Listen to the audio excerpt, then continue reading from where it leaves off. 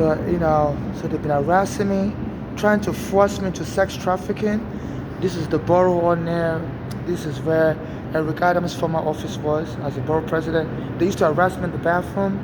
And used to threaten me with arrest anytime I came out to use the bathroom. As soon as Eric Garner got killed, while helping me with my court papers, and the police when I killed him on Staten Island, then I didn't realize that Eric Adams, who was the borough president then, was friends with Eric Garner family, and he was a former NYPD officer. All of a sudden, I was being set up to be killed. And people were telling me, don't ever come to Brooklyn, we'll fuck you up. In Manhattan, I'm like, how would these people even know if I'm in Brooklyn when I go to Brooklyn? So I kept coming to Brooklyn. And indeed, anytime I go use the bathroom upstairs, the police will come there and chase me out of the women's bathroom for customers. I'm a Nigerian transsexual. So I'll go across the street in front of Eric Adams' office around that time, 2016 time period. And I'll say, look, New York needs to accept immigrants. I said in Ohio, a Nigerian just became mayor. I said in Iowa, they're letting undocumented immigrants have driver's licenses. And soon after that, the police arrested me, in Brooklyn here, choked me, took my green card from me, and went and dumped me in the psych ward. At that time, in 2019, July 23rd, 2019, Eric Adams was still the borough president, and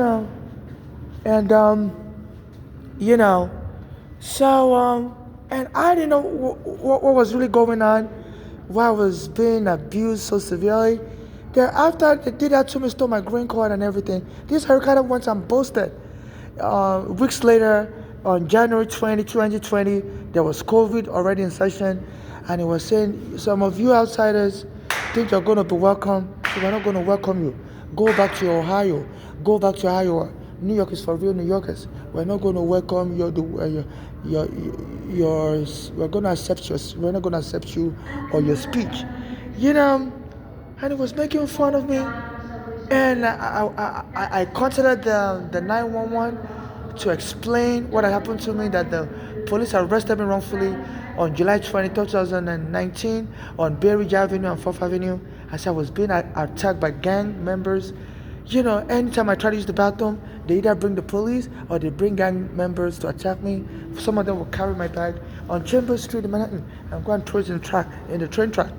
Even up to now, if I try to use, they have a lot of gang members working with the police. If I try to use the number 2 train, Chambers Street bathroom, they will attack me and call the police on me.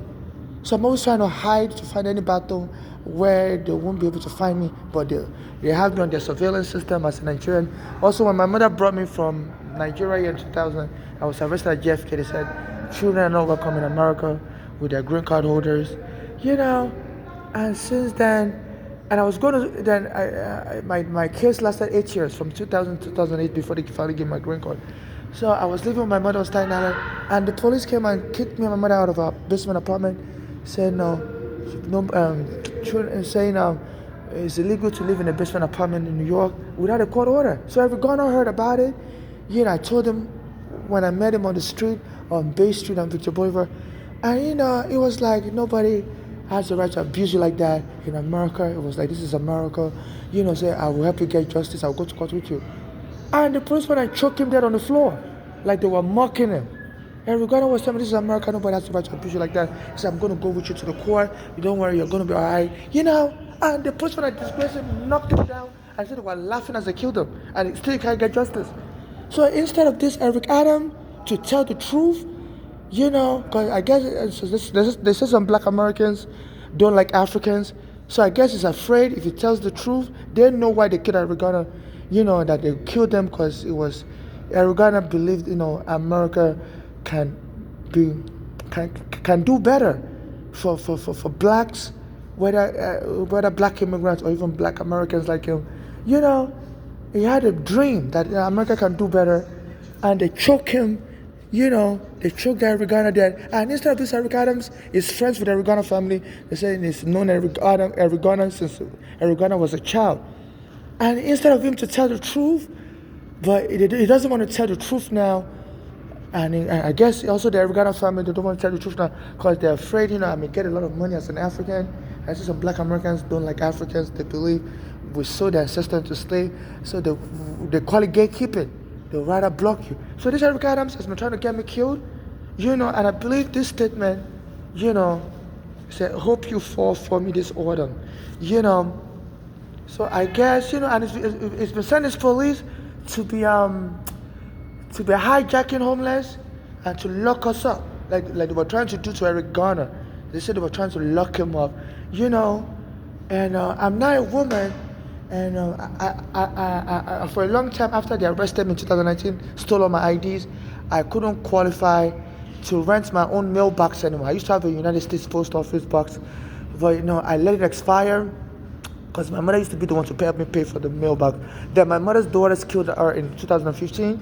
My mother said they were moving with a gang, I guess a black American gang also in Pennsylvania. One of my mother's daughter, Flora, her husband is black American and he was a U.S. military. He would try to punch my mother. As me and my mother were suing the police department, we were waiting for money. And my mother said her daughters were trying to kill her in Pennsylvania.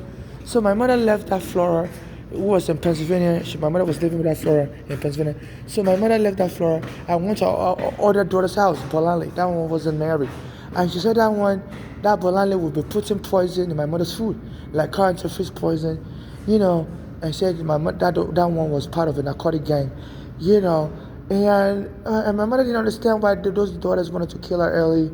I guess to get the inheritance money, because I guess the gang our daughters were part of felt like because my mother is Nigerian, she's too green to be able to get a piece of the American dream, and the American gang felt, encouraged my mother's daughters to kill her and share the money with them. Instead, even to the extent, so my mother fled out Pennsylvania because she saw that the daughters were trying to kill her.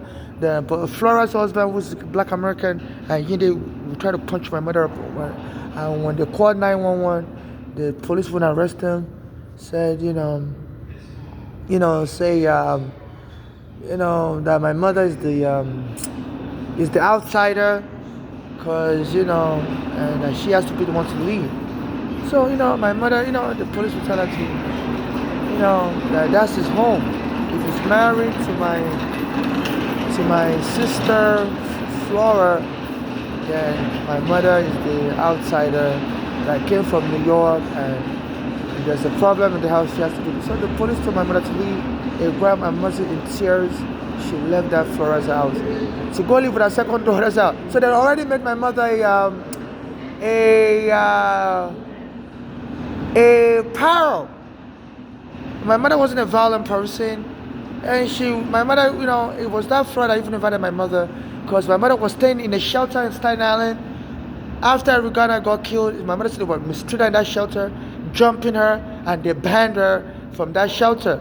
And they lied to my mother, because they told my mother that she has to go to the hospital because they found that she has high blood pressure, and they said they don't allow people with high blood pressure in the shelter in New York City. So my mother was like, my mother suffered from high blood pressure, but she was using a herbal medicine, alternative therapy, because she doesn't like the prescription medicine they were giving her in the hospital. They said it was causing her to lose her hair, and the doctors didn't want to change the prescription medicine. So my mother was using herbal remedy, and being homeless and everything. Since the police took her home, killed her, regarding I was helping her, my mother's blood pressure kept escalating. So he said one day they tricked her. He said everybody in that shelter has to do a blood pressure test, otherwise they can't. That's the new requirement to stay in New York City shelter. And my mother worked as a nursing assistant. She was like, this is bizarre. She's never heard of such a law. So as soon as she did the blood pressure test, they told her, okay, you failed. You don't meet the minimum criteria for blood pressure to stay in the shelter. You have to, go admit yourself in the hospital. And they called 911 on my mother. So my mother was like, she thought I was just suspicious, that they wanted to forcefully ambulate her and remove her from the shelter. So my mother was like, so she said she called her daughters to let them know, and so the daughter said she can come to that. Flora said she bought her a bus ticket to come to Pennsylvania. My mother didn't know she was being set up, And I even suspect it must have been our daughters that set my mother up. Because while we were in the shelter also, you know, the shelter in Brooklyn, me and my mother was in a shelter in Brooklyn together, called Brooklyn Hotel. And that shelter, the daughters used to call that shelter up, you know, and that shelter used to tell my mother that she should go to live with her daughters in Pennsylvania, that she's too old to be in New York, that she should go and live with her daughter in Pennsylvania. So my mother was like, no. When she first came from Nigeria, she was staying with her daughters in Pennsylvania. I said they almost killed her. Those daughters have a violent history. My mother took them to Nigeria in 1989, 88, and then the rest were beating her up in Nigeria, said they wanted to come back to America. So my mother arranged with the white family to have custody of them. And when they got here to America, they beat up the white family, also they had to put them in juvenile detention. So my mother later joined them. So when one of those daughters became 21, Polanyi, she filed for a green card for my mother to come. And my mother said as soon as she arrived, that daughter started mistreating her, wouldn't buy food in the house, even though under the American law, if you sponsor a foreigner, that daughter was born in America, Polanyi. So when she became 21, she sponsored my mother for a green card. As soon as my mother came in 1998, she said, oh my goodness, people spitting. So as soon as my mother came in 1998 to come stay with her Polanyi and her sister Flora, she said they wouldn't buy food for her, and my mother couldn't get a job right away in Pennsylvania. She said a lot of people in Pennsylvania didn't understand a Nigerian accent.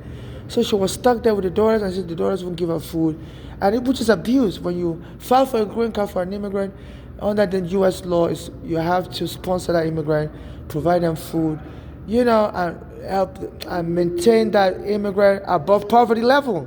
And our daughters, were delinquent, wouldn't help my mother. So my mother fled to Pennsylvania, because she told me she was always hungry. They won't give her food. So my mother fled to Pennsylvania in 1998 and came here to Brooklyn and was staying in a shelter, but said, one of the black American women there didn't like her and pulled a knife on my mother and said, you got to leave this shelter. I don't want you in the shelter. So my mother said, they were treated like a paro as a Nigerian woman. And my mother was like 50 years old back then. So my mother started, staying with another, one of her Nigerian friends. She started staying with them, and my mother went to a home Methodist school, became a home Methodist, and got her own apartment. And she came to Nigeria to pick me. And as soon as we arrived at JFK, they treated me like a pirate also, said children are not welcome in America. I arrested me right away. So me and my mother till my mother died, she never had any good luck in America, especially with a Nigerian accent. It was always her being treated like a pirate. And now under this black American mayor, I've been treated like a pirate. The police always want to arrest me every day. Even as I came through the gate, the two black American police came upstairs and were looking at me, So this abuse of Africans by black Americans, white Americans, that would have treated us like a pirate. Even my mother's daughters that was born in America and they lived here in America in foster care, so they speak American English. My mother said as soon as she came back in 1998, those daughters were treated like a parent, treated like she was less than them. Because under the U.S. immigration law, when you file for a green card for your family member, you have to provide that person financial support until the person is able to get a job or until the person becomes a U.S. citizen, and it normally takes like 5 years to qualify. So at that time, my mother just arrived from Nigeria, with the green card in Pennsylvania, and said that those daughters were abusing her. So my mother fled Pennsylvania, came to New York City, and said even they gave her a bounce check. So my mother says she told those daughters that, she has to come to New York City to come look for a job. And said, because she couldn't get a job in Pennsylvania, she couldn't get a job in Pennsylvania, so she came to New York City. Can you please stop coughing so loud? Can you control yourself? And it's me that police also want to arrest. If it's a black American misbehaving like this, they're more than free to do whatever if they're black American. But it's me that police is always surrounding. So please, Brooklyn Federal Court, you got to stop this. Eric Adams is continuing a pattern that says since slavery, the black American slave would the white slave owner will hire them to mistreat the new slaves that come from Africa, because those new slaves wouldn't speak American English, wouldn't even speak English at all. So the white slave owner will put the black American slaves in charge of the new slaves that come from Africa, and the new slaves, the black American slaves, will beat up the African slaves, try to force them to speak English. So the white slave owners haven't stopped their slavery, and they're using the black American, like this Eric Adams, to abuse me. They follow me everywhere. She said that he wants all the homeless arrested. And it's just trying to set me up, because they have information that the police purposefully killed Eric Garner, and they want me gone so that I won't be able to get money from that information. And, so that, they want the Eric Garner family to go back to court and get more money. Because Eric Garner was trying to help me. At that time, I was trying to sue the U.S. government for immigration abuse. Because when my mother brought me here from Nigeria, I was 19 years old, but under U.S. immigration law, anybody under 21 is still considered a child. As soon as I arrived at JFK, they arrested me like a parrot. They said, children are not allowed to come with green card holders. I was 19. I was still considered a child under U.S. immigration law until you're 21. So I was trying to sue the U.S. immigration because I had a visa when they arrested me at JFK. I was 19 years old. So I told Eric Garner about it. He said, don't worry. He said, in America, you have rights, okay? I'm going to help you with everything. And the policeman knocked him down and beat him up. I was laughing, and they killed him to let him know, you're still a black person in America. Who the hell are you to think you have rights? And they killed him close to my birthday. They killed him on July 17th. I used to go to a black American church, Bishop Jordan, and he used to preach that, July 17th is like July 8th. My real birthday is July 8th. He said because God would add double-digit numbers to arrive at a single-digit number. I said number 8 is a very important number to God. That number is associated with success. So they went and killed Eric Garner on July 17th, which is like my birthday. They said people that commit crimes like to use all kinds of code method, like to codify their activities. Like, for example, they say in prison, the prisoners may be talking with people out on the outside, bring some pizza, and the prison officials already know it's not real pizza they're going to bring, it's drugs. So they say criminals talk in code. I guess to terrorize me, those police officers felt that they can kill Eric Garner, and I'll be the only one to be able to decode it, and just to terrorize me. And before they killed Eric Garner also, I rented a room because I was homeless at that time, and Eric Garner said, I rented a room. The police had just evicted me and my mother, from a basement apartment. So I rented a room, and I was storing evidence against the U.S. immigration, like my passport. I had a visa when I was 19. I put it in that room, and all of a sudden, my landlord, it was a Nigerian also, left me a voice message, and he was laughing, ha ha, ha ha, on March 9th. In March 2014, they killed Eric Garner in July. I was suing the U.S., I was suing the NYPD in 2014, and Eric Garner, I just met Eric Garner in that 2014, close to March, and and I got a voicemail from my Nigerian landlord, because he told me he wanted me to leave that room because I was having difficulty paying him, and he said he wanted me to vacate, and he gave me an eviction notice, and he left me a voicemail laughing, ha ha, and like the next day, the room was set on fire, and the fire department came and barricaded the whole place, and people were noticing they wouldn't spray water. They wanted the whole house to burn down, and I was so nervous. I was so, so everybody was shouting, please spray water for the department, and they didn't want to spray water because I had every evidence I needed to sue U.S. immigration in that room, and they wanted the room to burn down, but the room didn't burn down. So the fire department barricaded the place that nobody should enter. So my landlord wouldn't allow me to have access to that building for many, many days. And when I finally went to that, got access, I was so excited. At least I'll be able to get my evidence out. Then I discovered my Nigerian passport with the visa was gone, but my green card was still there. And for a long time, I didn't understand it. Because I was like, how would my landlord know I was planning to sue U.S. immigration? And I needed a passport and visa to prove when I came here at 19, I had a visa, but the immigration arrested me wrongfully, said children are not allowed it, and lied to the immigration court that I didn't have a visa. And they seized my passport with visa.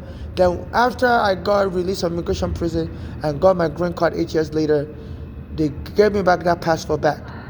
So I wanted to sue the U.S. government. I was calling lawyers, and all the lawyers told me they don't really sue U.S. immigration.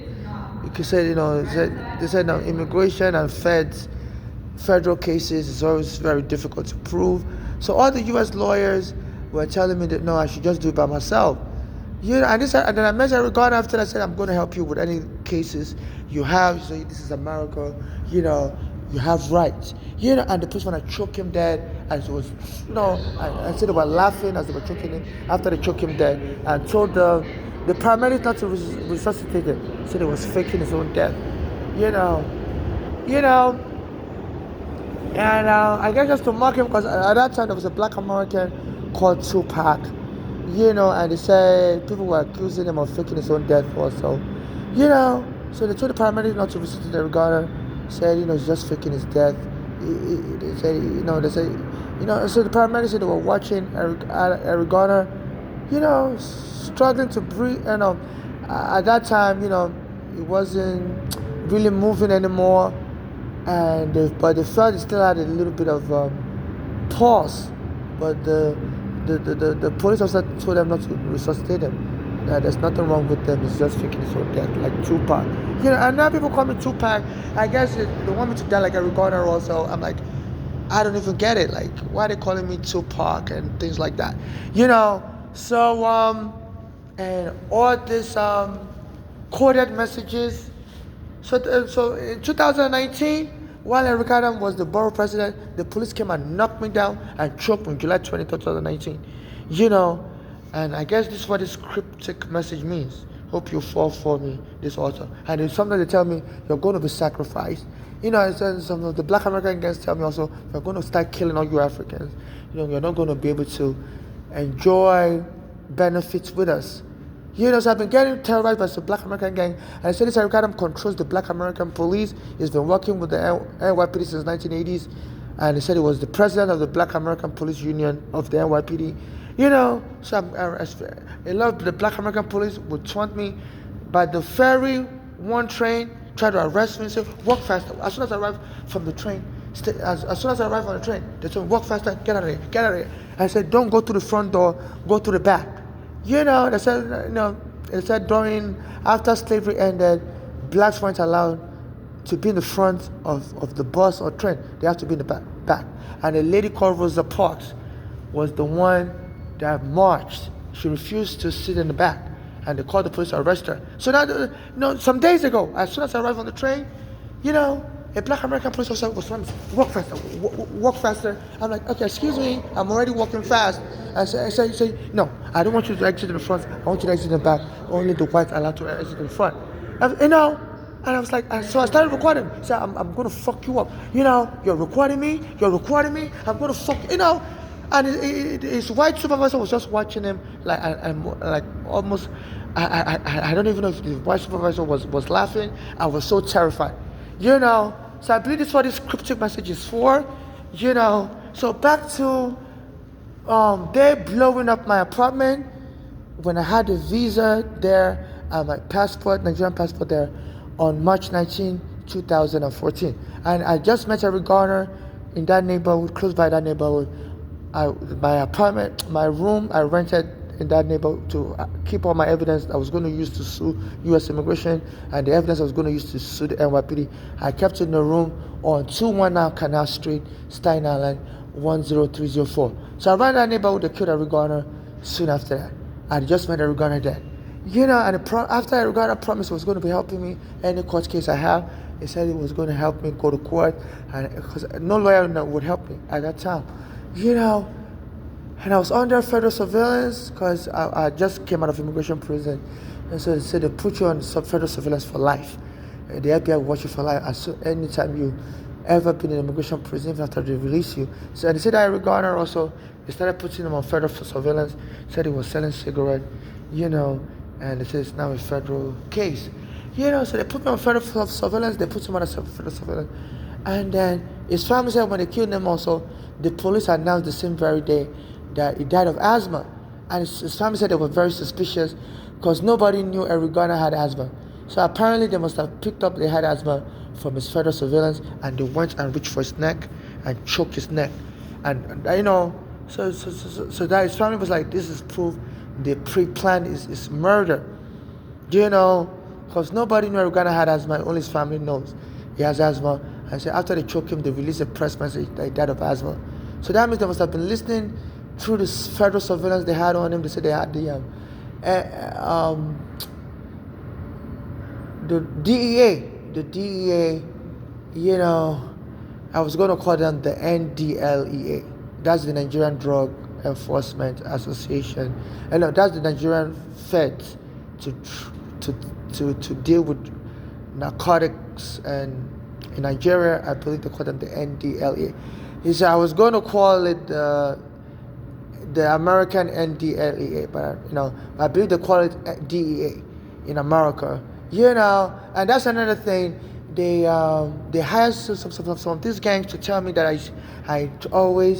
I speak with a fake American accent. I'm trying to become American, assimilate, and they say die some poser. They'll put posters in the bathroom, and as soon as they choke me, try to kill me, this Eric Adams went and boasted. Because anytime they attack me, the police would attack me in this station upstairs when I'm using the bathroom. Anytime they would attack me, then another thing they did was to, I want to show the evidence where they normally attack me in the bathroom, before those black American police return again. They tell me my time is up. I haven't boarded the train. I need to leave. So let me hurry up. So this is the bathroom where they normally attack me. Since then they canceled the whole bathroom. This used to be the men's bathroom, and this used to be the women's bathroom. Now they turn to employees only. So anytime I'm here, they bring the police. They'll come to the bathroom and say, get out, and I'll go upstairs, Then Eric Adams' office is upstairs back then. It was the borough president, and I'll start saying, look, please, no, you NYPD, stop abusing me as a Nigerian. I said in Ohio, a Nigerian just became mayor in a town there. I said in Iowa, they are letting undocumented immigrants have driver's license. I said, you NYPD, you have to tolerate us immigrants. Stop abusing me as a Nigerian. So I'll be upstairs, so asking people, please help me. They don't let me use the bathroom. I'm a Nigerian. I'm about to mess up my pants. I was in the bathroom and they chased me out. And I guess either this Eric Adams could hear my voice and it wouldn't help me. It was the borough president. Around that time, they had just finished killing Eric Garner on Staten Island, or they said he has some informants in the FBI that always tell him whenever somebody's under FBI surveillance and everything the FBI is listening to, they will tell this Eric Adams. So if it knows you, it will let you know you're under surveillance, throw your phones away. So he always helps his friends like that. One of his friends is a building commissioner, former building commissioner Ulrich. And after they arrested his friend, he was snitching that Eric Adams was also part of his crime network.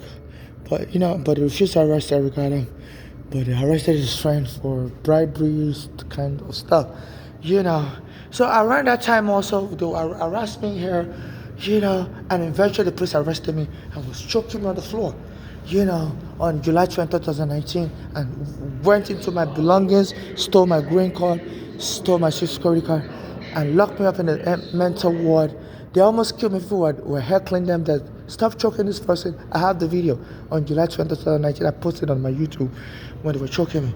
And since then, so after I went to the hospital, this Eric Adams, then weeks later, after the police had choked me, stole my green card, Eric Adams did a press conference, I guess to celebrate the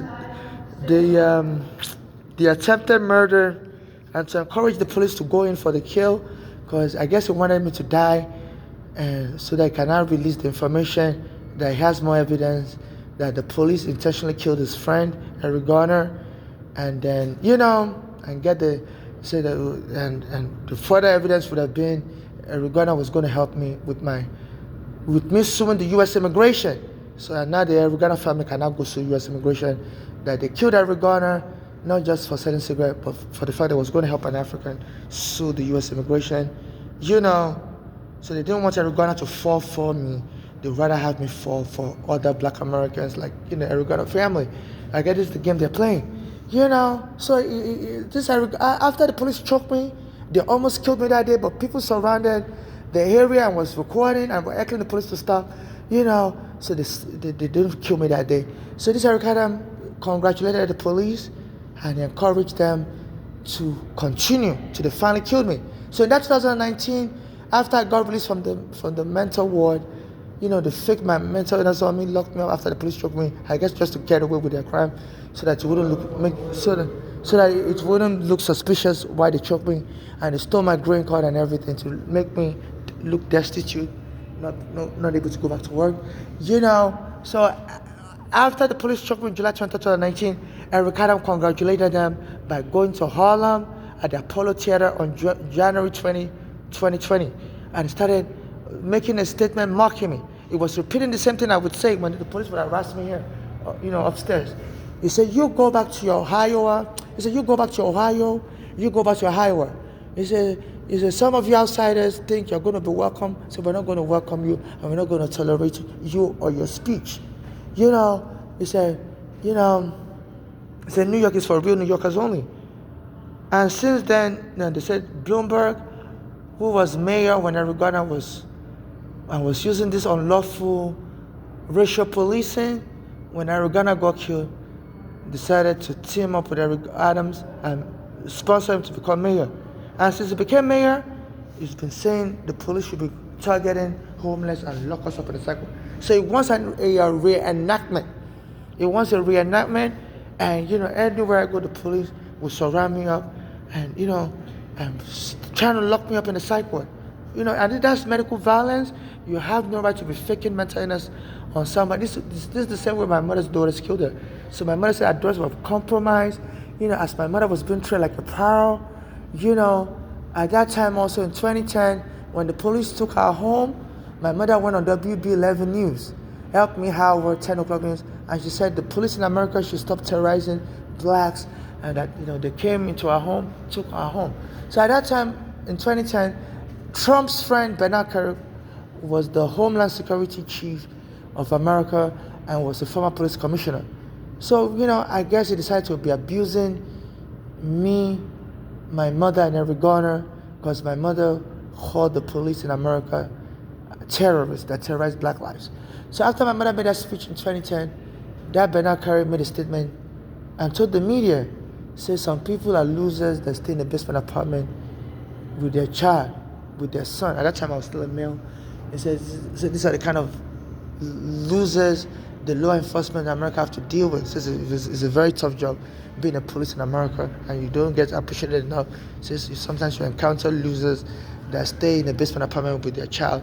And it was insulting me and my mother, but using innuendo, they say in America people may insult you and speak in general terms, so you wouldn't know it's you that you're referring to. So soon after that, since that time, me and my mother was getting followed. I would call 911 that people are following us.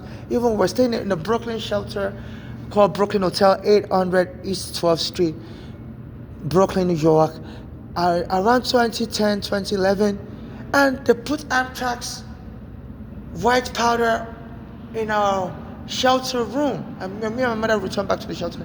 We felt sick. We started bleeding from our nose. I went to the Cleveland Hospital. My mother was taken to Staten Island University Hospital, and I was immediately released. They didn't properly test me, but they diagnosed me as having blockage in my lungs, and my mother also, they diagnosed her as having blockage in her lungs. And we were both having bloody discharge. And just like the people that died from Legionnaires in Harlem this year, they said the health department didn't really test them for Legionnaires. They said the hospital didn't test them for Legionnaires and made it look like ordinary pneumonia. So the people that died in Harlem is further proof that the hospitals in New York City and the health department in New York City are very very negligent, and you could be suffering a very severe biological weapon attack, and they just misdiagnosed you as pneumonia. They said, people were dying of Legionnaires in Harlem, and the hospital didn't tell these people they had Legionnaires. So now the Eric Garner's family lawyer, Benjamin Crump, he told me was going to help me a long time ago, but he stopped talking with me after the police arrested me. He said he's not going to sue for those people, his fellow black Americans that weren't properly diagnosed with Legionnaires and died. They said, they didn't even get the information. The family member of the deceased, they said the deceased had died a long time, and and it was even the media that started reporting that it may be Legionnaires disease killing people in Harlem, and that was when the health department decided to start testing the deceased people. I guess for Legionnaires. They said the forensics here in New York is very slow. Whenever there's a contagion, they won't be able to pick it up until many people have already perished. So me and my mother was attacked with anthrax, and and the hospital didn't pick it up, and we were exposed to more people and stuff. If anthrax was contagious, but I don't think anthrax is contagious. It's just the person that inhales it, that comes in primary contact with the white powder, that would die. Me and my mother almost died in 2011, and that was when we both left the shelter because we didn't want to get hit with more anthrax attacks. And then Eric Garner said it was going to help me, and the police went to choke him dead immediately. And they said this Trump is colluding with Eric Adams because it's like they're helping keep each other secret. And it's even Eric Adams was supposed to be in prison because the Biden administration, they said the FBI had the information Eric Adams was getting bribery from Turkey illegally to access the U.S. government. And they said even there was a skyscraper building that Eric Adams approved against the fire department's, warning that building is not safe. He approved it for it forced the fire department, Eric Adams used his connection to force the fire department to approve that building for the Turkish embassy. So based on that, even though that building was a fire hazard, so based on that, Biden arrested Eric Adams last year. And they said Trump came into office and freed them, dismissed the criminal charges. Even the federal prosecutor, they all resigned, saying, it seems like a illegal quid pro quo type of deal. That Trump was expecting Eric Adams to give him something back in exchange. So I think the thing that they are, the illegal stuff they may be exchanging, may be trying to get me killed as a witness against Bernard Kerry, Trump's friend. They said Trump likes that man. It's his childhood friend, and even pardoned Bernard Kerry for another crime as soon as Trump became president. I think both Eric Adams and Trump share the same interest, at least to deny me justice. But I criticize both Trump and Eric Adams. So that may be the quid pro quo. Both men are in collusion for, and even the federal prosecutors won't explain the exact quid pro quo they suspect, but they say a lot of the federal prosecutors refused Trump's order to dismiss the charges and they resigned instead. So as an African, nobody wants to help me. Me and my mother were treated like a spiral even up to now. So please donate to my Cash App NYC Homeless. It's just me, myself, and I. And I have faith. I'm a Christian, but nobody wants to help me. Instead, I'm getting all kinds of suspicious scammers, that target me, making suggestions about trying to get into fake marriage with me, trying to get into some surrogacy with me, to have a child with me, even though I was born a male, I'm not a woman, to adopt a child with me. So I believe these scammers just believe they'll be able to inherit. Jackson Avenue right here? I don't know. You don't know. You take the train every fucking day. But you don't know what. I'm on the phone. So I think that they just so I get photobomb, I can't, I get insulted. So they hire people to target me, to beat me up, and they believe they can just kill me and dismiss it as that I was a crazy African that got mugged while being crazy, while being disrespectful. So they have black Americans that taunt me everywhere I go. The Nigerian embassy won't help me. I'm a victim of attempted genocide. They said this happened in Africa with some black Americans that were returned after slavery to a place called Liberia. They said there was a U.S. president that was returning black Americans after slavery to Africa, and they formed a country called Liberia. So those black Americans ended up engaging in a genocide, or their descendants, and killing the Africans in that country. And one of their descendants, Charles Taylor, is in a war crime prison in England right now. I believe this Eric Adams wants to encourage his fellow black to kill Africans like me. So I'm always getting attacked by black Americans that always tell me this is the least of what they would do. I get punched at the Standard Ferry, and it's using its police force to block me. Normally I would call 911, but it's me the police want to arrest, and will treat me like I'm crazy. So yeah, if somebody was insulting you, we don't see nobody, and they said we're going to call the psychiatric hospital for you.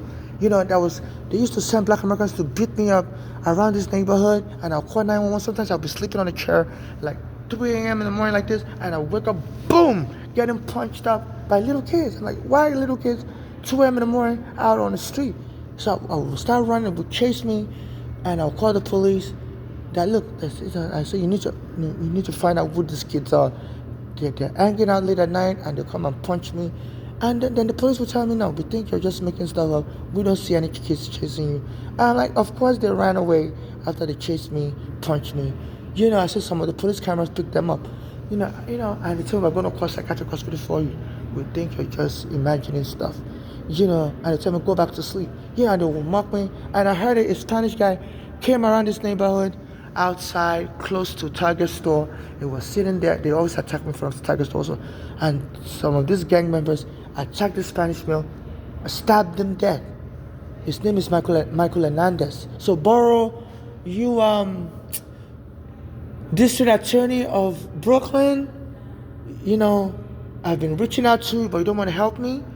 Look, this is evidence for the evidence. I'm a crime victim, and this Eric Adams, is going to be out of office by December. They said an African-born Indian American, Mandani, is going to replace him. That guy is leading the polls, and this Eric Adams are threatened that he's a pilot, and if he's going down, he's going to take other people down with him.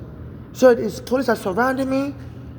Please, Eric Gonzalez, you need to arrest this Eric Adams he's going against the court order that the police in 2013, even Eric Garner was telling me about it, that in 2013, before Eric Garner was killed, he said there was a case called Floyd versus City of New York, in which they said, the police should stop targeting poor people to arrest. And this Eric Adams now told them this year, close to my birthday, July 20, said they should be targeting poor people to arrest, especially if the person is homeless. They should, treat us like we're mentally ill. And this is medical violence. A police officer is not a psychiatric doctor to be able to tell who is mentally ill or not. So please, Brooklyn, District Attorney of Brooklyn, Michael Hernandez, you have to prosecute this. This is not normal what is happening to me, to be targeted with violence everywhere I go, So please, you have to, prosecute this. They said I was a Spanish male that was killed by a black American in Brooklyn Park. They said this Spanish male, I believe his name is, I can't remember his name anymore. He had just arrived from Venezuela, and he would go to the park every day. And said this black American park walker in Brooklyn last year would arouse the Spanish male and told him the Spanish male is no more coming to the park. And the black American park walker brought a gun out and shoot the Spanish male dead. So please don't wait till I'm killed. Brooklyn District Attorney to help me. I've been hit with anthrax, me and my mother, in 2011 in the Brooklyn shelter, Coney Island. Then after that, Eric Garner was trying to help me. The police killed him on Staten Island, and and this Eric Adams, has delegated his police, especially towards the end of his administration, to be aggressively targeting homeless people, under the guise of trying to, you know, under the guise of trying to use the broken window approach to focus on lesser crimes, and because under that approach, they believe if they focus on lesser crime, it would act as a prevention for people to engage in greater crimes. So they always find ways to taunt me, remove me from the train station, threaten me with psychiatric lockup. So this is what is going on. So please donate to my Cash App, NYC Homeless. And I'm not, whether you donate to my Cash App or give me money in person. No. Yeah, this is the train from here for Brooklyn. So whether you donate money to my Cash App, NYC Homeless, or you give me money in person, please, I'm not looking for any troublemaker. If you're going to give me trouble, please, I don't need your money. I beg for money on the street, and I get stalked and harassed. And I believe some of these people think, they can attack me and make it look like I'm just a crazy panhandler, and I got beat up, So they target me and try to set me up to be beat up. Under this Eric Adams said they should focus on panhandlers, focus on homeless people. These are the primary target, and they're just targeting poor people like me to kill. Under this Eric Adams broken windows approach, and they're trying to force me into prostitution work. As a matter of fact, when I was coming earlier, today's October 1, 2025 is Nigeria's Independence Day. So they always choose significant days like this to attack me. Even the NYPD has started covering the cars with the Nigerian flag color, green, white, green. Before, the NYPD car is just blue and white. Now they include the green, white, green. I guess to mock me, that's Nigeria's color, And they say anytime an NYPD gets killed, they have to bury them in green, white, green flags. So I guess there's a nationality type reprisal. So they made all their officers hate me under this Eric Adams. Now as soon as this Eric Adams became mayor, they started painting on the NYPD cars green, white, green. To make it look like Nigerians are bad luck to the NYPD and they have to kill us. So this is one of the new things they're doing since this Eric Adams became mayor like 3 years ago.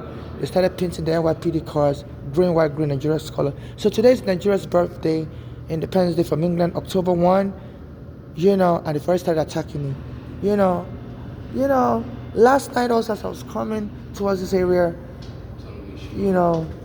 a guy was offering me money, said he wanted to engage in sex type stuff with me. I said him, no, I'm good, So I questioned me, So they've already stolen my passport, stolen my green card under this Eric Adams incitement in 2019.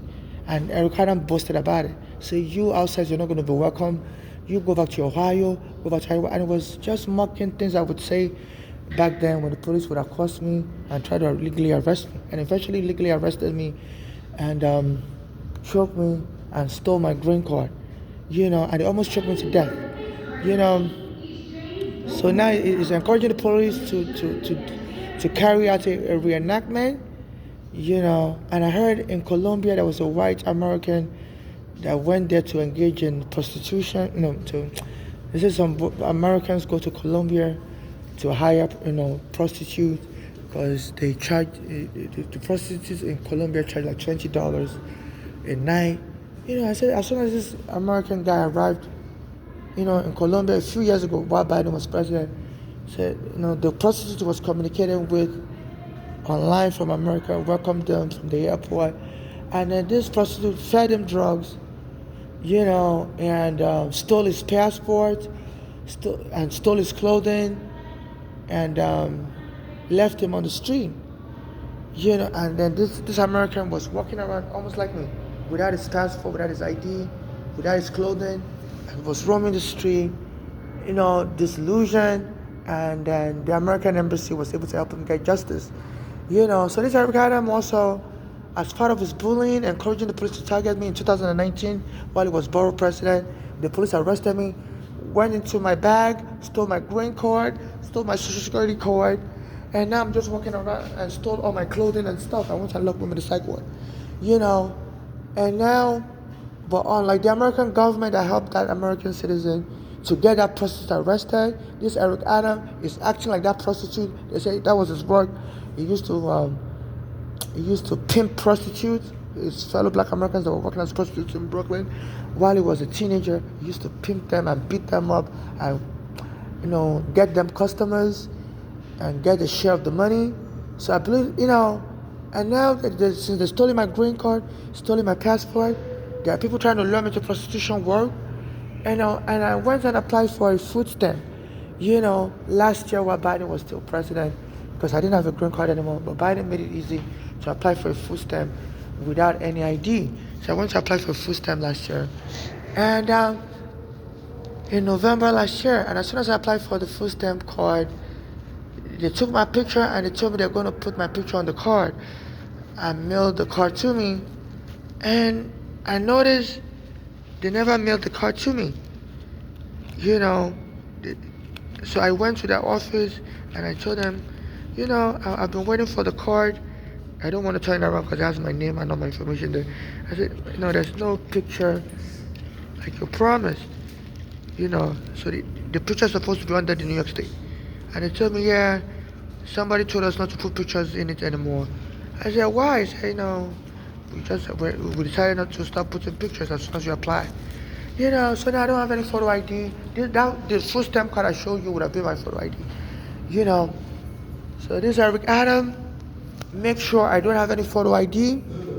I'm a Nigerian, I don't have any photo ID, and I can't get nothing done. And I'm being pimped into prostitution work. People will tell me they want to give me $1 to have sex with me on the street. So this is what is going on. So like the white American male that went to Colombia to seek prostitutes, because they said a lot of Americans go to Colombia because the prostitutes there are cheaper, like $20 a night. And he met with the prostitute online, and the prostitute, he told the prostitute when he was going to arrive, and the prostitute came to pick him up in the airport, and the prostitute fed him drugs, stole his passport, stole all his bags, and left him roaming the street.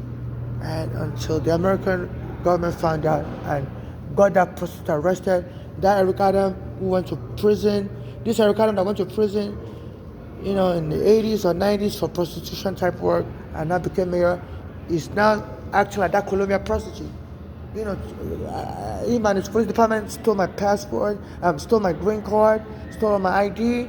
In May last year, when I was trying to get a food stamp card, which would have had my picture in it, they barred. Immediately got the food stamp office to not put my picture on my food stamp card. So please, this is sex trafficking. This is against the law. It said black Americans during slavery weren't allowed to work and be sexually abused by the slave masters. So, and I'm getting threatened by a black American gang who tell me they're going to start killing Africans and making sure we don't get any benefit. There was an African that was homeless like me also, even before they stole my green card. As soon as that African started talking to me on 34th Street, he said one day they stole his green card also. He fell asleep and he woke up, his green card was gone. I said prior to meeting me, they never stole his green card. Because he doesn't even speak English. So when I met him, he would try to speak English with me. I asked him what country he was from. He told me he's from Africa. So I guess the FBI was listening in and got somebody to go and rob this African. So this FBI and a building commissioner said this Eric Adam knows some bad FBI agent. Together, they're terrorizing Africans, getting Africans robbed. And this Eric Adams has threatened that he's well connected and he's a pilot and he's going to bring people down with them. So he say when it's going down, it's going to bring people down with them. And I believe I'm one of the people he wants to bring down. That's a terroristic threat. He made that statement. So please Google that statement where Eric Adams said he's a pilot. If it's going down, it's going to bring people down with them. And I'm one of the people he's trying to bring down. And they're following me around with black American police, black American gangs, gangsters. They said Eric Adams was part of a black American gang also. They used to prostitute women. So all these black Americans that pop up in my face and try to punch me and try to beat me up, I believe I'm being targeted. And today's Nigeria's birthday, October 1, 2025. When they arrested me and put me in the psych ward, I called the Nigerian embassy. So I was being targeted by Black American gangs.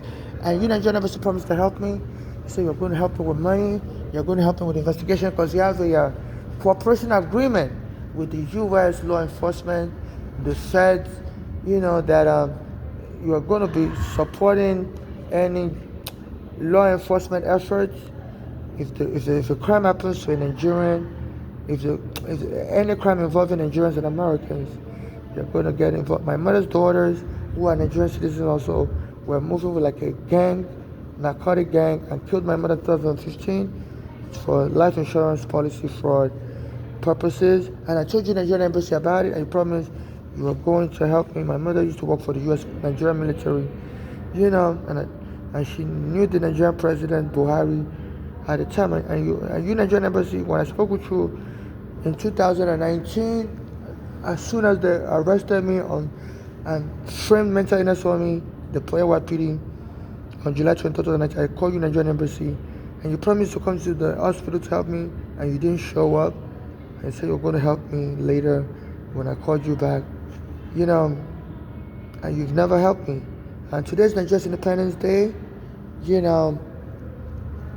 from colonialism from Britain, but please, what is the point of claiming independence when there is mental slavery still going on?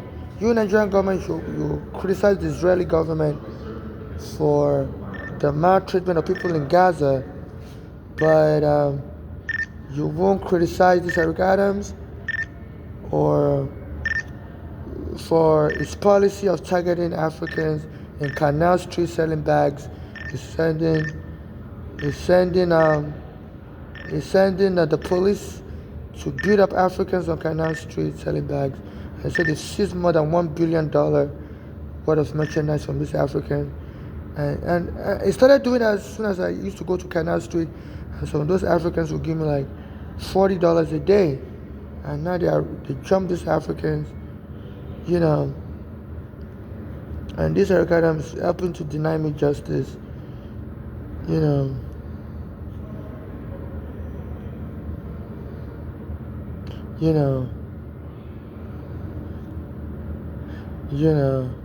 so this is what is going on, so, and so I would appreciate any humanitarian assistance.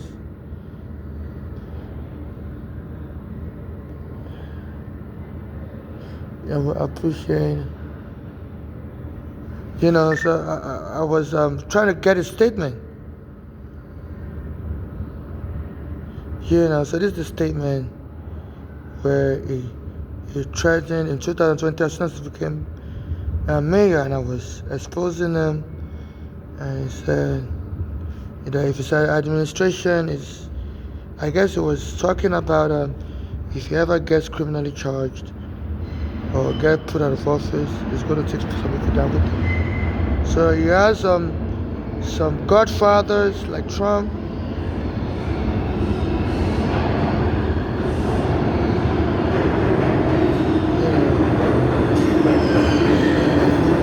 So this is what is going on.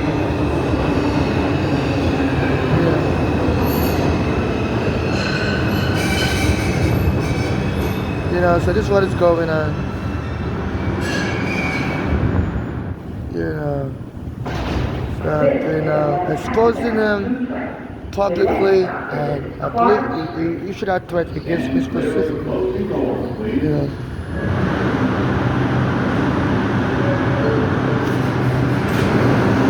We're all going down together. So it's all clean, that's no pressure. So I guess it's making reference to my immigration case as soon as I arrived here. And the immigration arrested me and said children are not allowed in America and wouldn't let me land. And they charged me as an arriving alien not allowed to land in America. That was my charges. So please go to my A number, immigration number is 877-95468.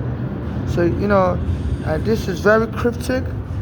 You know, they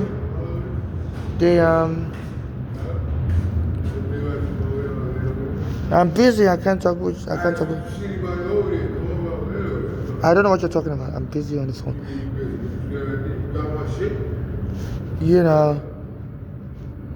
So I'm getting harassed. Hello, stay away from my stuff. Stay away from my stuff. Okay, stop harassing me. You've been spitting and coughing. Nobody came near you. So don't bother me.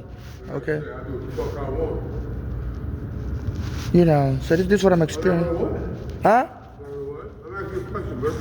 I'm not a problem. I'm a woman. I'm a woman. Please stay away from me.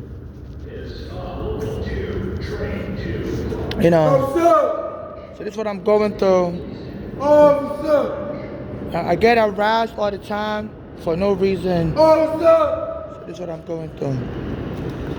I don't know who's. I'm trying to run now. Alright, stay away from me. Stay away from me. I'm trying to run. What's your problem? Stay away from me.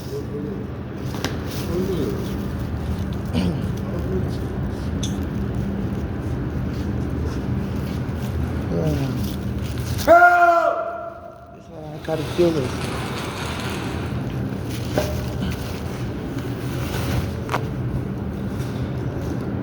You know, non-stop abuses and brutality. You know, so you Nigerian government, you know, it's a shame you refuse to help me. My mother also tried to approach you and you refuse to help her also. I'm being terrorized on the subway, being terrorized everywhere. They plant all these people because they know I always come, or anytime I come here, I go to Stanley Ferry to use the bathroom. And they plant these people to provoke me. It's been coughing, sneezing, you know, things that would get me. Because me and my mother was poisoned with anthrax in a broken shelter. They were making fun of us there also. You know, send some of the shelter managers used to insult me and my mother in front of people. We were making negative references to Nigeria, say you heard Nigerians used to engage in cannibalism, you know, and which is true during the Biafran War. There were Nigerians, you know, that were starving, and you know, eat their neighbor, cook them in a pot and stuff, just to survive. You know, and the Brooklyn manager of the shelter, HPD shelter, will mock me. They heard that Nigerians used to eat each other. You know, so this is absolutely bizarre. They don't let me sleep at night. You know, I have to keep running away with all my bags. And a lot of times, they just throw my bag into the train track. You know, unnecessary items. Wrong button. You know, I'm so nervous. I even ended up pressing the wrong button. You know, so please use Nigerian embassy, and they always try to prevent me from uploading videos online. You know, because they know after I finish recording this video, I will upload it online. So my cash app is NYC Homeless. I'm not looking to be trafficked anywhere. You know, I'm not looking because some people, some criminals, I believe international traffickers believe if they can just kidnap me and go kill me somewhere else, maybe this Ricardo will be happy, and then they can just sue the US government and fake a relationship with me, you know, that I'm married to them, and they just want to settle the case out of court and use that as a leverage to get money. So this is endangering my life because the US has so much influence, and they know the US will pay to just make me go away. They say a lot of rich people in America, when they do wrong, or powerful people, they can just pay you to go away or whatever. But in my case, they'd rather pay somebody else to make me go away. So they hire me would-be assassins. You know, so I've been getting targeted by marriage scammers. They say they want to marry me or want to have a child with me. And then these people would eventually try to kill me and then get the money based on the fake relationship. So in case I die, I get killed, no family member or friend should administer my estate or inherit any property from me. In case I'm killed or I'm disabled or I die, only civil rights activists like me should administer my estate and get justice for me and my late mother, and give the rest of my assets in charity donations to people suffering xenophobia like me, and people being deported by Trump should be prioritized. In case I'm rendered disabled, push on a train track or something, because sometimes they try to push me on the train track, I'm not suicidal, but they're harassing me. I'm trying to get justice. In case they push me on a train track or kill me or disabled me, punch me, something that try to hit me with cars, I shouldn't be removed to Nigeria or any other place. I'm not going to be safe there. The Nigerian government is not helping me. And America has influence all over the world. Some of these gangs could come and kill me in another country, and the police in those countries won't help me either. I think they're just trying to get rid of me, pay anybody. They said this is what the rich and powerful people do in America. They will abuse you or the government and just, pay you to go away. But they believe I'm so inferior, they don't even need to pay me. They can just pay somebody else to get rid of me. So I've been getting lured into fake type of marriage or sex. I'm not looking to have sex with anybody. I'm celibate for so many years. I'm not looking to adopt a child with anybody. So I'm having like real headaches right now. And there was a time in 2020, after this, Ricardo made fun of me that you outsiders are not going to be welcome in New York. And then after that, they lock up all the bathrooms I normally use to terrorize me again in the subway station. They have 500 bathrooms for customers, and they lock up all the bathrooms. So I was looking for a bathroom to use in 2020, and they blamed it on COVID.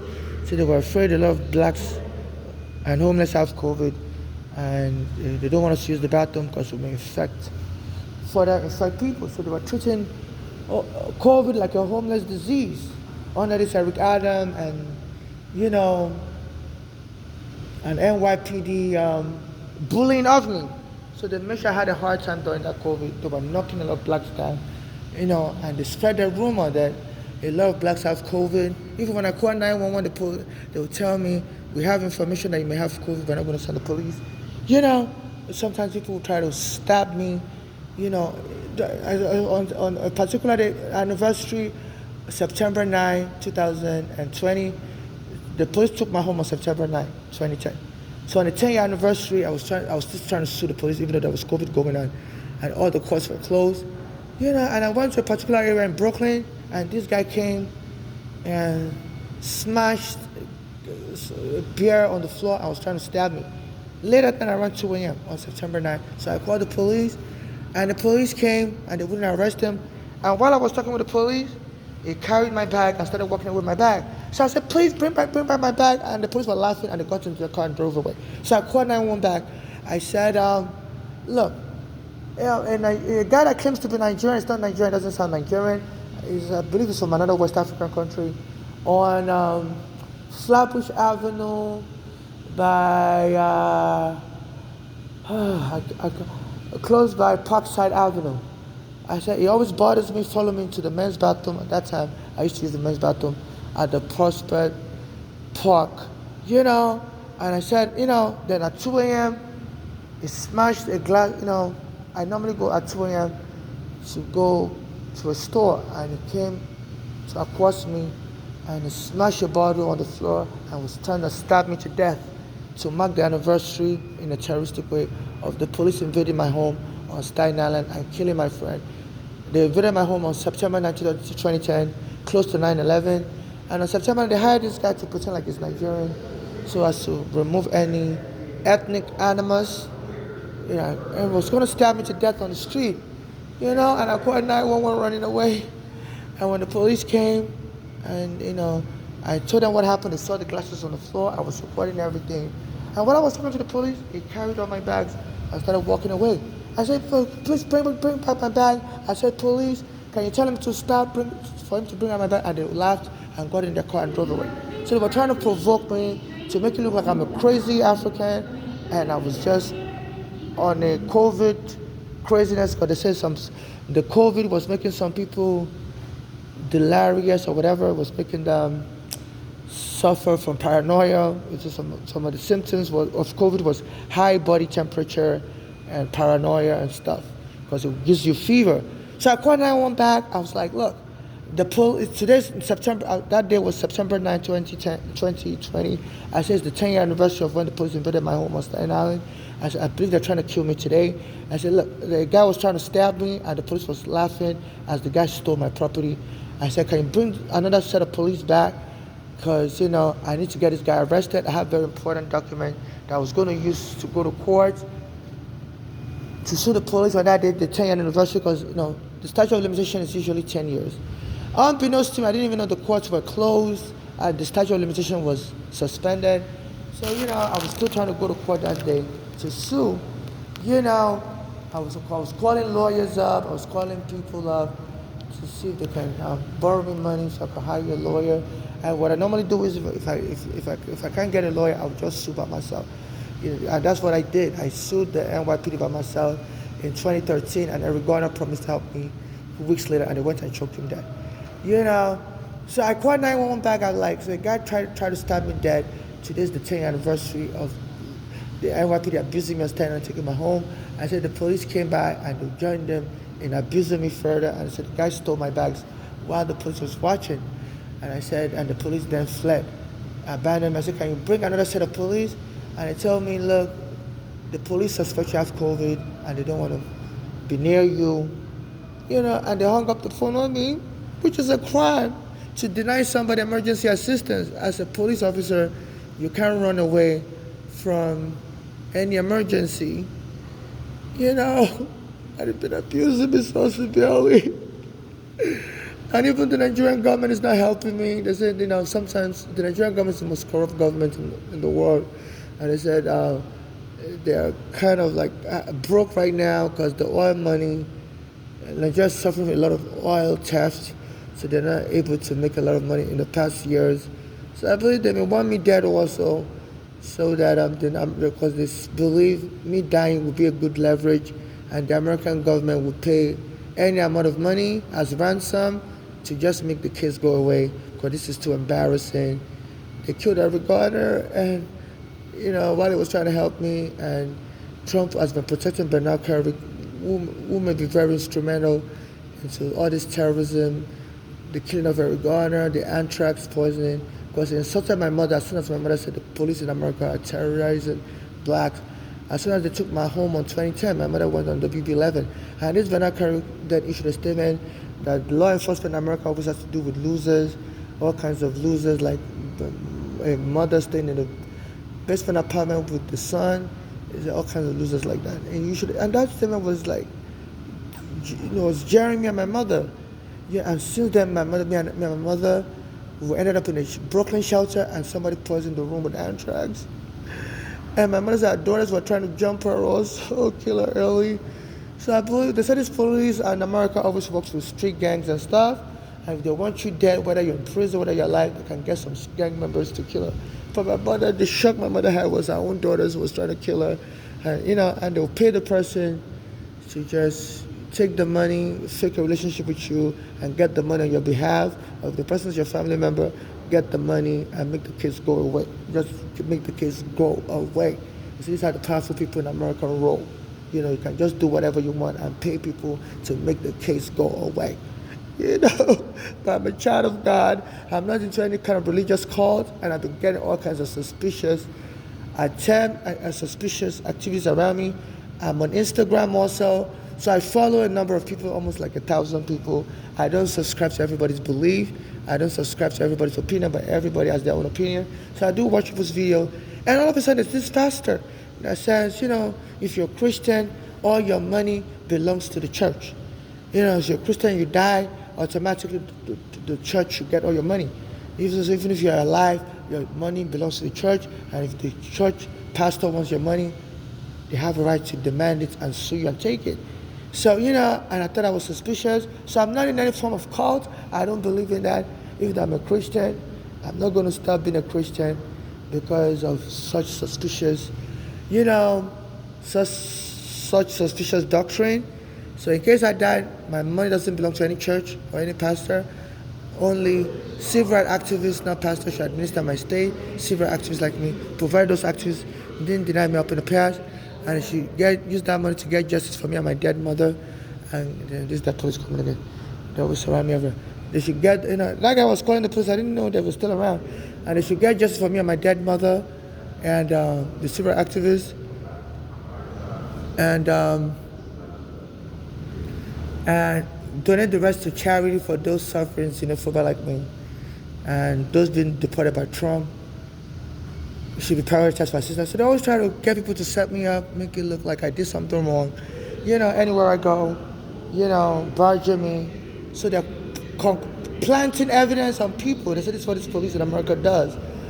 This is Ricardo. So even I was trying to shop at the Target store, all of a sudden the Black American police walked into the store. I said, I was like, it's like, it said, you better not rob us. It was like, you better not rob us. So, because, people like you like to come to the store to rob. As an African, it was the Black American police, and I called 911 right away. And I was waiting for the police, and the police arrived. And then the Target store told me to go away. We are closed already. You should have shopped earlier. So they denied me access to shop. I have diarrhea. They don't let me use the bathroom. I know. And even I was telling them straight where I normally go to use the bathroom, some of the Black American police want to jump me. The street thugs there will come and bump their body on me. I said, shut your mouth. We're going to knock you down. If you ever complain about anything, we're going to knock you down. We're going to kill you, nigga.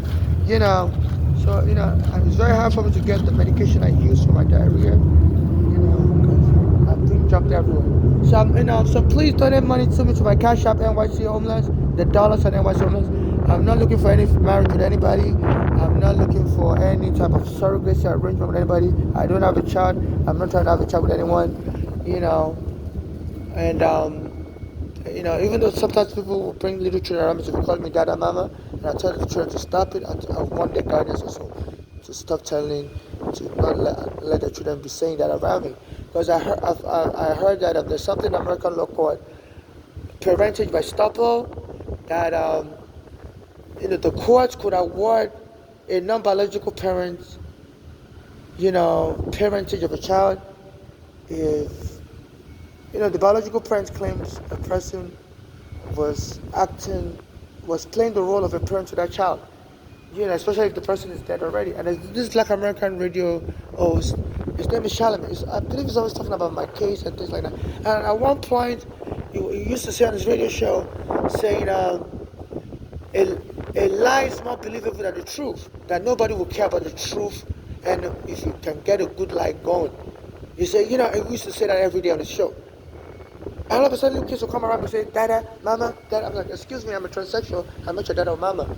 He used to say that every day on his show. I stopped saying that on his radio show, Power 105.1. It comes on at 6 a.m. to 10 a.m. And also, I was born on July 8, 1981. It's a Wednesday. So it will say on the show, Wednesday's hump day, Wednesday. So I believe it means, Wednesday, Wednesdays is supposed to be used for sexual activities. And today's a Wednesday, October 1, 2025. And, and last night, close to midnight, like a few hours ago, a guy surrounded me and said he wants to give me money and wants to have sex.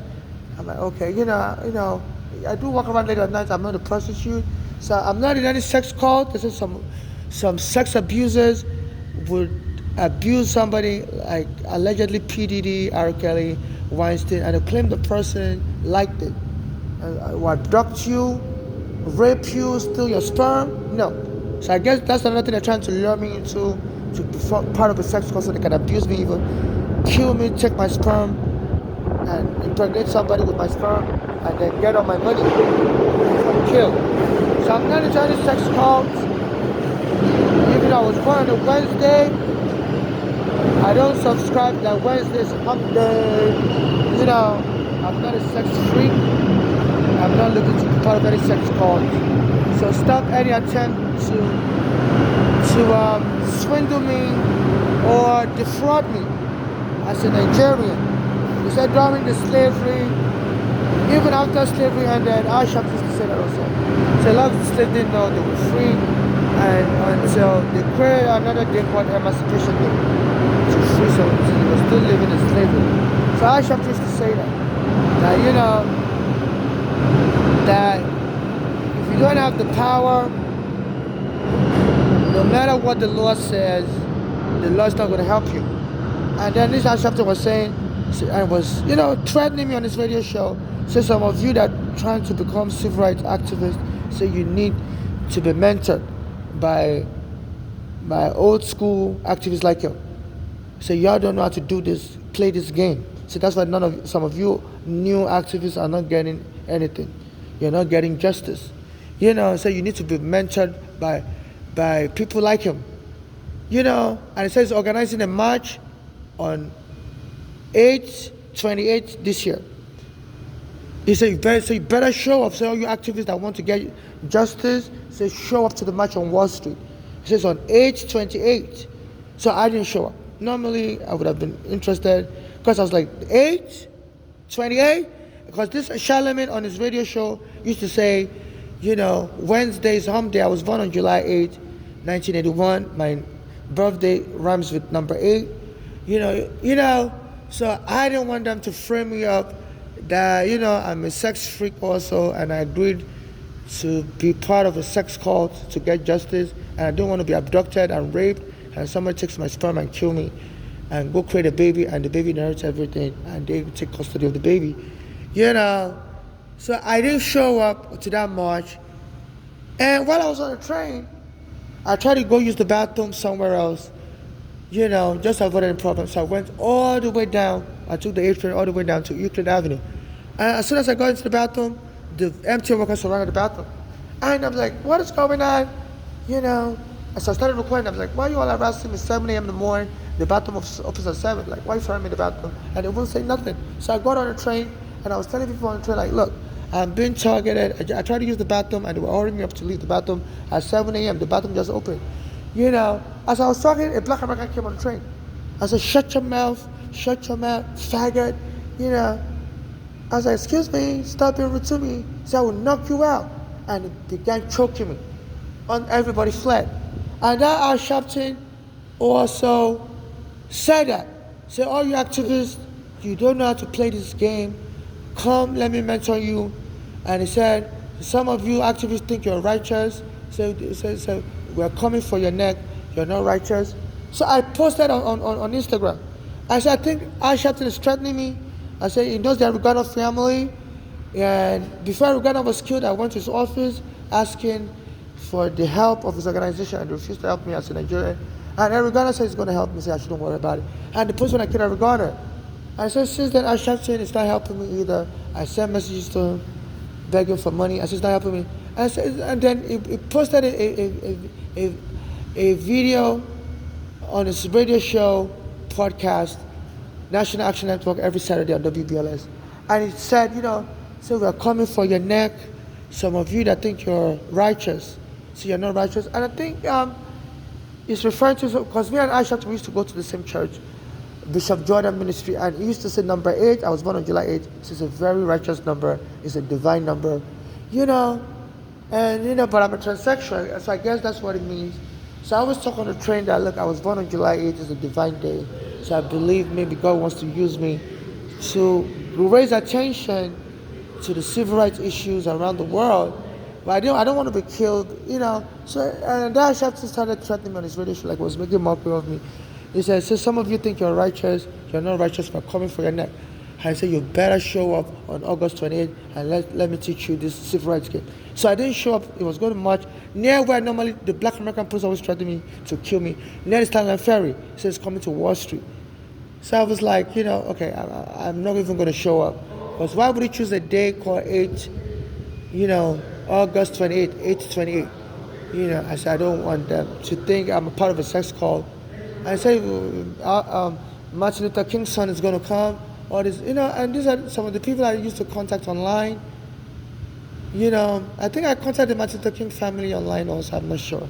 But none of them responded. Or I said Martin Luther King family is going to come. So I felt tempted to go to the march, and maybe if these people, if they would speak with me, But I was like, nah, I don't want to be roped into a sex cult, because, But as soon as our captain said, show up to the march, I will teach you the civil rights game. Some of you need to learn. So you have to, be an understudy to the kingpins of civil rights like him. So I was like, no, my freedom comes from God, not by joining any sex cult. I'm not looking for anybody to hire a wife or a husband for me. I'm not looking for a surrogate. I'm not looking to have any child. So I didn't show up. And somebody came on the train and knocked me down, choked me. And the police went to arrest that person. I have the video. So please donate to my Cash App. Please, all your donation, whether to my Cash App, NYC Homeless, or to me person, is should be for non-conditional humanitarian assistance to me. Please stay away from me if you're trying to engage in sex with me, or marriage, or surrogacy, or sex cult, or religious cult. I'm not into any of that. I'm just looking for non-conditional cash donation or to my cash app, either in person or to my cash app. Thank you.